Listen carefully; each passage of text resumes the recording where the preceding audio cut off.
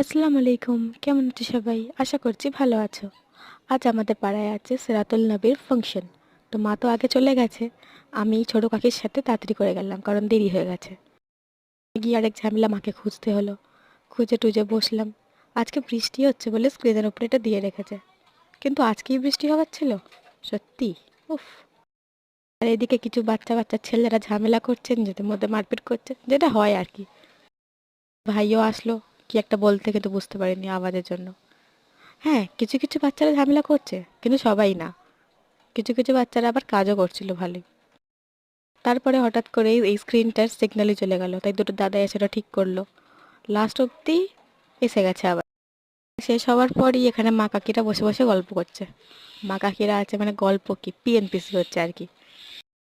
তারপরে আমাদের দিল তাবারক, মানে পোলাও আর আলুর দম, যেইটা বাড়িতে যতবারই বানাও কিন্তু এরকম টেস্ট কোনোদিন আসবে না। সত্যি।